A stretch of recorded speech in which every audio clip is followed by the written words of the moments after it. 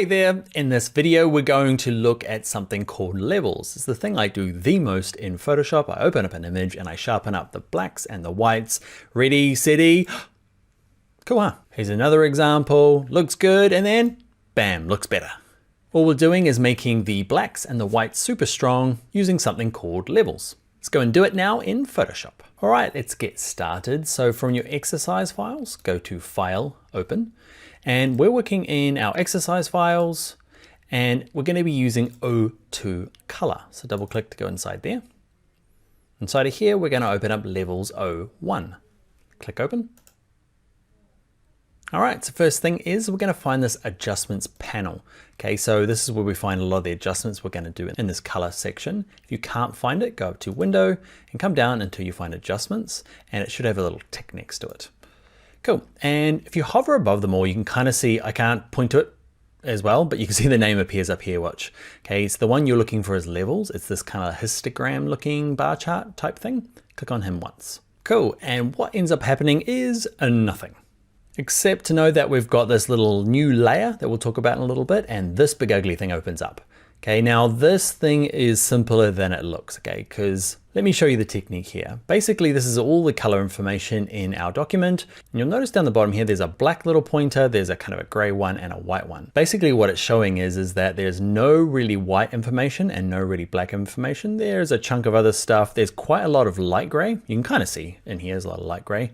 And even then that doesn't really matter. Basically what you want to do is grab the dark guy and drag him to the right, click, hold, and drag him. How far? Just keep an eye on my image over here. You see the further I drag him, the darker it gets. What we want to do is basically drag him to the kind of first hump. Okay, so halfway up the first little hump here, and you'll notice that if I turn my preview on and off, okay, so my levels layer here, turn the eyeball on and off, it just really sharpens up the shadows or the dark parts. Same with the other side, grab the white, drag it to the left, and how far do you drag it? Basically just halfway up the first hump. Or at least until you feel like it's looking good, okay? There's no like absolute science here. It really depends on your image, but that's the really good place to start. Drag the both ends in until they're halfway up the hump, and often it'll fix your image. There's no specific way to drag it. It just depends on your image. So I can drag it to the left and it lightens it up, and drag it to the right and it darkens it up. So it really depends where you want it to be. I'm just dragging it back and forth, looking at my image until I find something that I like. Remember, turn the eye on and off. Have I made it better? Have I made it worse? Okay, it's better. It's pretty oversaturated, it's pretty sharp. And that, my friends, is how levels work. And it is the thing I do most often when I open up an image, especially if it's something I've taken myself, and it's a way to kind of really get the rich blacks and the pure whites. And what Photoshop has done is that it's put it on a layer that I can turn on and off. So later on I can come back to this and either make adjustments, okay, or just turn it off and go back to the original. Very quick, it's very easy. What you're going to do now is a little exercise. Go to File, go to Open, and there's one in there called Levels 2. Now what I've done throughout this course is that if there's ones that I've taken from a website called Unsplash, Unsplash is a cool website for commercial use images that you don't have to pay for.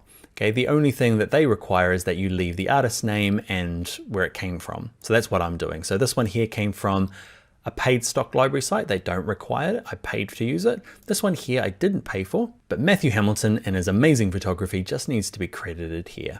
Anyway, so open up Levels 2, click open, go through the same process here. Go to your adjustments panel, find levels, drag the hills in from both sides, the center slider, try left and right depending on what you're looking for, and that will give you some practice with the most common thing to do in Photoshop, in my opinion. And in my current opinion, it is time to get on to the next video. All right, see you over there.